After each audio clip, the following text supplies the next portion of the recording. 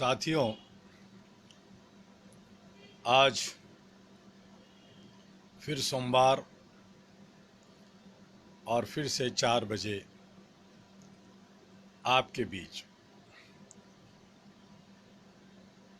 मैंने कई बार गांधी जी के 3 बंदर को लेकर आपसे रूबरू हुआ, बातें किया। अब तो ऐसा लगता है कि गांधी जी के 3 स्टैचू को बनाकर पूरे भारत में लोगों के घरों में, लोगों के बेडरूम में, लोगों के ऑफिसों में भेज दूं, क्योंकि जो दिख रहा है वो देखने की इजाज़त नहीं। जो सुनने को आता है उसे सुनने पे पाबंदियां हैं, सुने लेकिन अंदाज कर दे। और बोलने की अभिव्यक्ति पे तो ताला लगता ही जा रहा है। हमारे अधिकारों का हनन हो रहा है, लेकिन फिर भी क्या करें, प्रकृति ने हम सभी मनुष्य को ये जो मुंह दिया है, बोलने का मुख दिया है, तो बोलना ही पड़ता है। और मैं आज धर्मेंद्र के उस गाने से शुरू करना चाहूँगा, बोलना चाहूँगा कि चाहे जो कुछ हो, हम तो बोलेंगे, हमें चाहे आप भेज दो जेल में। दोस्तों, सबसे पहले आज हिंदी दिवस, आज हिंदी दिवस है, ये आप जानते हैं। प्रतिवर्ष हिंदी दिवस आता है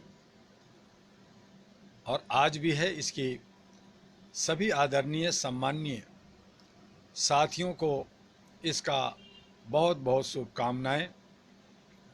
अच्छा हुआ कि प्राकृतिक आपदा कोरोना की वजह से जो भारत के अंदर सरकारें और बहुत सारे बैंक हिंदी पखवाड़ा, हिंदी सम्मेलन, हिंदी पे बहुत सारे कार्यक्रम पे करोड़ों रुपया खर्च करते थे।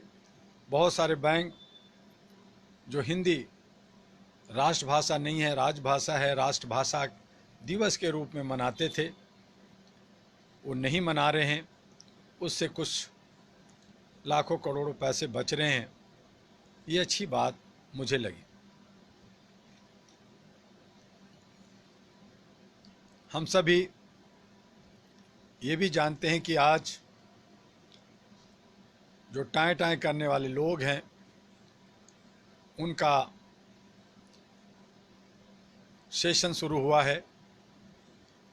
वो क्या कहते हैं, क्या प्लानिंग करते हैं, क्या कानून बनता है, ये हम सबको देखना है। क्योंकि पिछले 5-6 महीने से हमारे जनप्रतिनिधि सैलरी लिए, भत्ता लिए, सारी सुविधाएं लेते रहे हैं। अब ये 14 दिन का अधिवेशन में, 14 दिन का जो पार्लियामेंटेरियन सेशन चल रहा है, उसमें ये क्या करते हैं, क्या हमें, हमारी जनता को, हम सबको सौगात मिलता है, ये हमें देखने की ज़रूरत है। हम सभी बहुत कुछ देखते हैं, बहुत कुछ सुनते हैं, बहुत कुछ बोलना चाहते हैं। जनता का बहुत सारे अधिकार भी हैं, लेकिन कहीं न कहीं इस लोकतंत्र में हम सभी ठगे से महसूस करते हैं।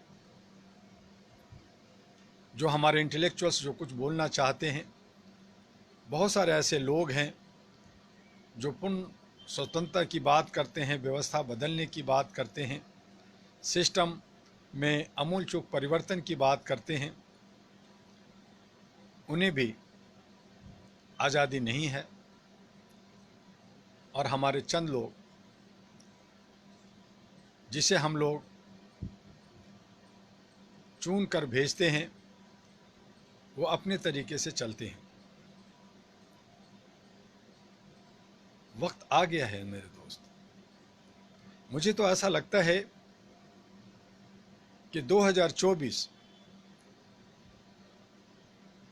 एक बहुत बड़ा संघर्ष होने वाला है, एक बहुत बड़ा बदलाव का वर्ष आने वाला है और उसके लिए हम आप सबको तैयार हो जाना चाहिए। जो लोग ये कबाड़, हम कहेंगे कबाड़ फैला दिया है, ऐसे लोगों की साफ करने के लिए जो कोरोना और जो हमारे बीच में महामारियां आ रही हैं वो हमारे यमदूत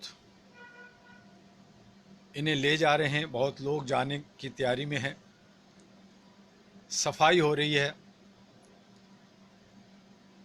हमें तो अच्छा लग रहा है, आपको कैसा लग रहा है ये तो मैं नहीं कह सकता, लेकिन इसमें कहते हैं कि जौ के साथ घून पीसता है। हमारे भले चंगे लोगों को परेशान किया जा रहा है, अच्छे लोगों को परेशान किया जा रहा है। जिनको कोरोना नहीं है, जो बीमार नहीं हैं, थोड़े बहुत सर्दी जुकाम बुखार से परेशान होते हैं, उनके साथ जो अन्याय हो रहा है भारत के अंदर, उस पर सोचने की ज़रूरत है। और हमें जो 140 करोड़ की आबादी, जो हम लोग अमन और शांति चाहते हैं, हम सभी एक सहनशील पूरे विश्व में माने जाते हैं, वो सहनशीलता अब चरम की तरफ बढ़ता जा रहा है और इसीलिए हम सबको सजग होने की ज़रूरत है उन आज़ादी के लिए, क्योंकि देश आज़ाद नहीं है, मैं कई बार कह चुका हूँ। और खुली वातावरण में हम सांस ले सकें, हम लोग एकता, अनेकता में एकता जो हमारी खूबसूरती है उसको हम बरकरार रखें। मानवीय मूल्यों को, ह्यूमैनिटी को, इंसानियत को मद्देनज़र रखते हुए अपने दिनचर्या को आगे बढ़ाएं। मैं किसी पे दोष नहीं देना चाहता, दोष तो खुलकर खुद ही आ जाते हैं, दोषी सामने आ जाता है। जैसे समुद्र के अंदर किनारे पे कचड़े जमा हो जाते हैं और कल कल करता हुआ पानी, समुद्र अपनी जगह विशालता लिए हुए है, जनता अपनी जगह है। जनता को लोग मूर्ख समझते हैं, जनता को बेवकूफ़ समझते हैं, जनता को ठगा हुआ समझते हैं। ये समझने वाले कब तक समझेंगे, इसका जवाब जनता ही देगी। हम सभी अपने अधिकारों को, जो हमारे संवैधानिक अधिकार है, मौलिक अधिकार है, जन्मसिद्ध अधिकार है, यूनिवर्सल डिक्लेरेशन जो विश्व का अधिकार है, उसके लिए हमें आवाज़ उठानी होगी, चाहे हमारी जान जाए, चाहे ये हमें जेल भेज दें। और हम सबको एकजुट होना पड़ेगा। इसलिए अभी से उन तमाम समाजसेवी संगठनों, उन तमाम छोटे बड़े पार्टियां जो अपने अपने अहम लेकर के आगे बढ़ रहे हैं, जो बहुत सारी पार्टियां बना के मैं सरकार बना लूँगा, मैं मेरे बहुत सारे कैंडिडेट जीत जाएंगे, ये सारे अपनी अहम को छोड़ दें और एकजुट हो जाएं, तो मैं समझता हूँ कि एक नया सवेरा आएगा। और इसके लिए अहरा वचनबद्ध है, उसके लिए कोशिश कर रहा है। और 2024 में राष्ट्रीय महागठबंधन नेशनल अलायंस के रूप में देश की तस्वीर बदलने के लिए हम सबको एक होना होगा। साथियों, all India human rights association अमन और शांति के लिए हमेशा आप सबको आगाह सलाह करता रहा है। कुछ कीड़े मकोड़े, कुछ गलत तत्व के लोग जो अहम लेकर के या वो समझते हैं कि उनको अजर अमर रहना है, तकलीफ पहुंचाते रहते हैं, लेकिन उन्हें ये नहीं मालूम कि जो गड्ढा खोदता है वो गड्ढे में ही गिरता है। हम लोग 33 वर्षों से काम कर रहे हैं भारत में, भारत के बाहर। कई कठिनाइयाँ, कई तरह की ऊंच नीच हम लोगों ने देखा, लेकिन हम आगे बढ़ रहे हैं। आज भारत के 36 राज्यों में, अब भारत से बाहर 14-15 देशों में अहरा ने जो परचम फैलाया है उसे एक ग्लोबल रूप देने जा रहा है। ग्लोबल अहरा आपके सामने प्रस्तुत हम लोग करने जा रहे हैं। जल्द ही कोरोना की महामारी या बहुत सारी जो त्रासदियां हैं उससे थोड़ी सी निजात मिल जाए, हमारी जनता को एक सहारा मिल जाए, हमारे जो आय इनकम पे जो इन्होंने बुरी नज़रें डाली हुई है, जो व्यवस्था को बदलने की, ये देश को शाइनिंग इंडिया बनाने की जो बात कर रहे हैं, जो उनकी नीयत है उनमें खोट है, उससे थोड़ा हम लोग निपट जाएं। सही वक्त का इंतज़ार कर रहे हैं और जल्द ही ग्लोबल अहरा कई देशों में सेव लाइफ एंड ह्यूमैनिटी पे सम्मेलन करने जा रही है, करेगी। जो हमारे बेरोजगारी में जी रहे हैं उनसे मैं कहना चाहता हूं कि वो कुछ न कुछ काम करें, और अगर कोई रास्ता उन्हें नहीं मिल रहा तो अहरा के शरण में आएँ, उन्हें हम रास्ता देंगे, कोशिश करेंगे कि उनकी बेरोजगारी दूर हो।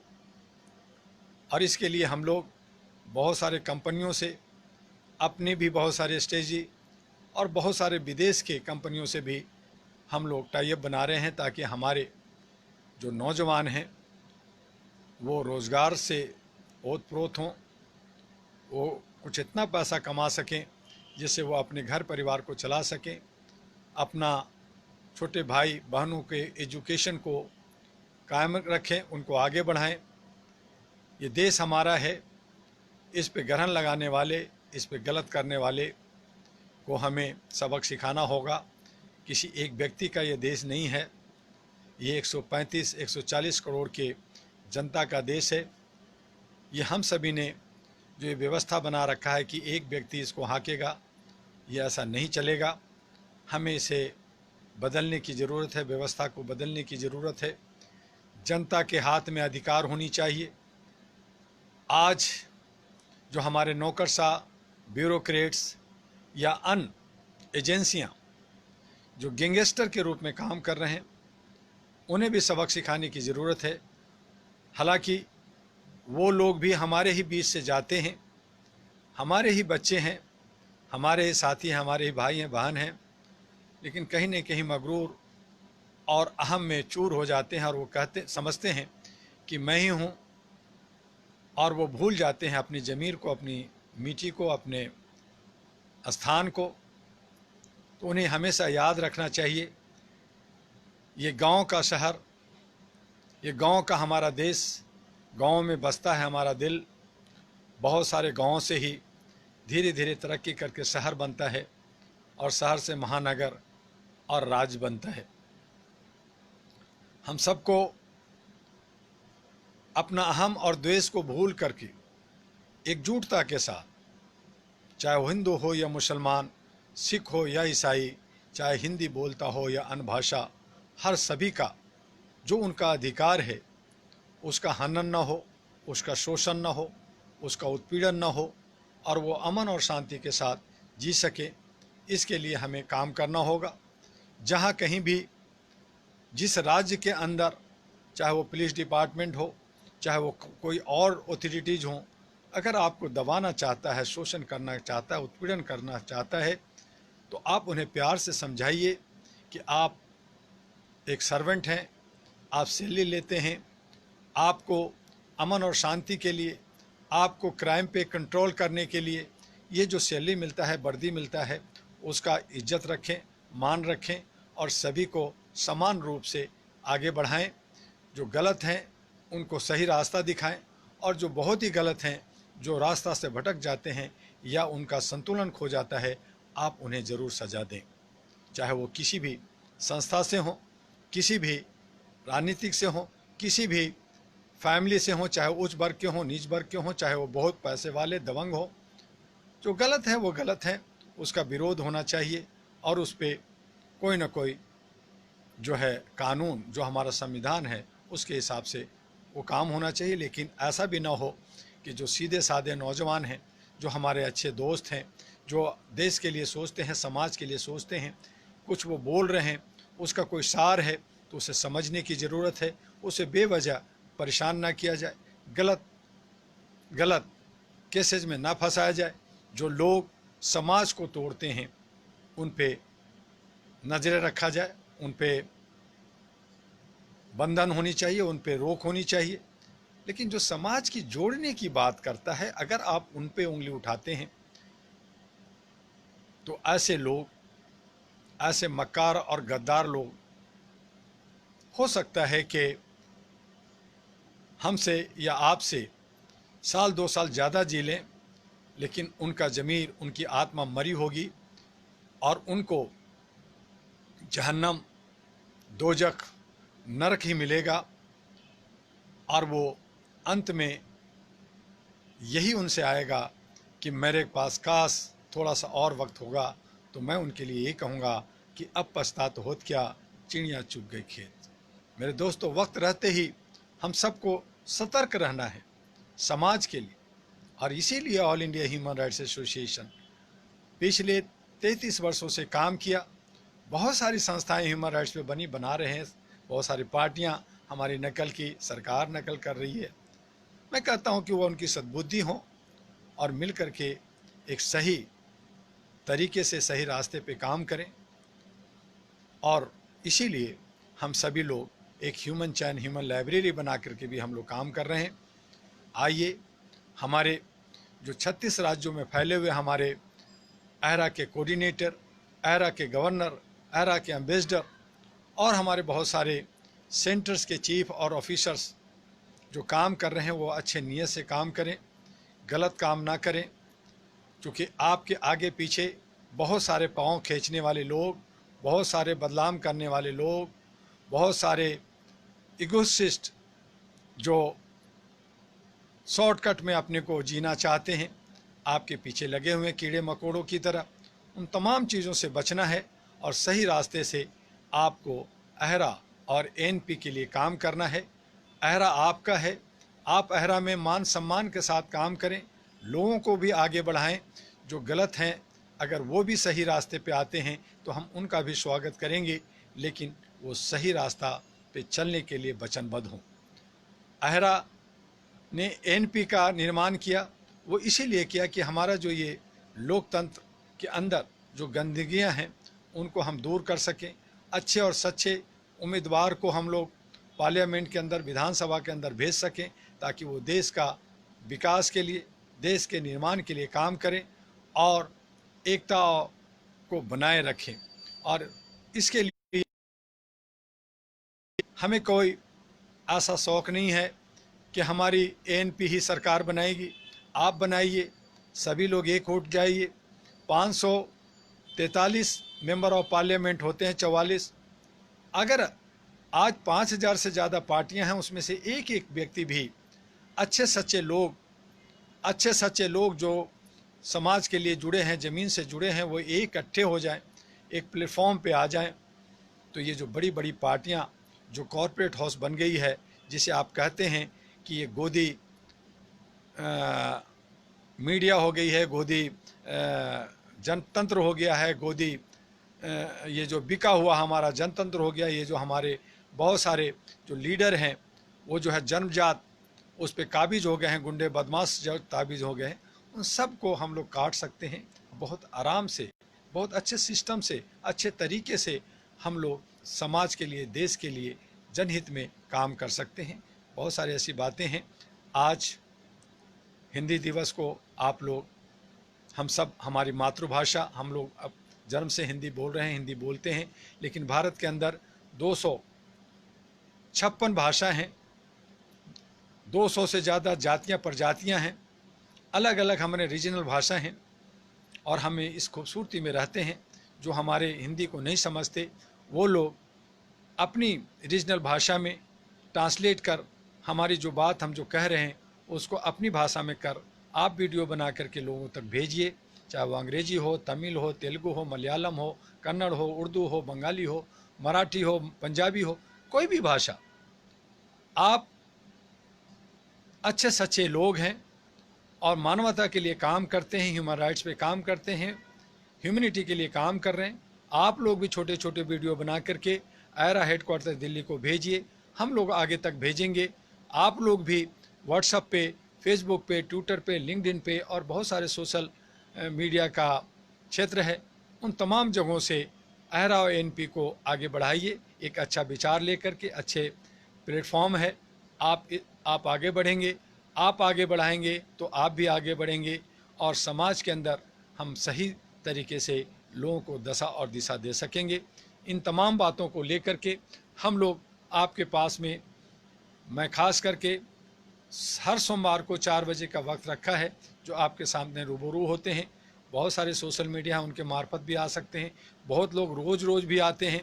तो मैं सभी, आप लोग समझदार हैं, समझते हैं, बार बार हर बात को एक ही चीज़ को बार बार बताने की ज़रूरत नहीं है, लेकिन हमें यह है कि हम लोग ज़्यादा से ज़्यादा एक ह्यूमन चैन बना करके मानवता के लिए काम करें। आयरा और एनपी को मजबूत करेंगे, आप भी मजबूत होंगे, और समाज के अंदर जो कुरीतियाँ हैं, जो कमियां हैं, उनको हम लोग ख़त्म कर सकेंगे। इस पे विचार करना है। जो गलत लोग हैं, बार बार मैंने कहा कि गलत लोग आपको, हमें तोड़ने का, हमें पीछे फेंकने का, धकेलने की कोशिश करते रहते हैं, बदनाम करने की कोशिश करते हैं। हो सकता है कि हमारे अच्छे सच्चे लोगों को अरेस्ट भी किया जाए, जेल भी भेजा जाए, हम उसकी परवाह नहीं करते। हमने अगर सर पे कफन बांध लिया है, समाज की सेवा करना है, अमन और शांति के लिए काम करना है, लोगों को जोड़ना है, तो हमें काम करना है, चाहे हमें इसके लिए कितनी ही बुराइयां क्यों ना झेलना पड़ा हो।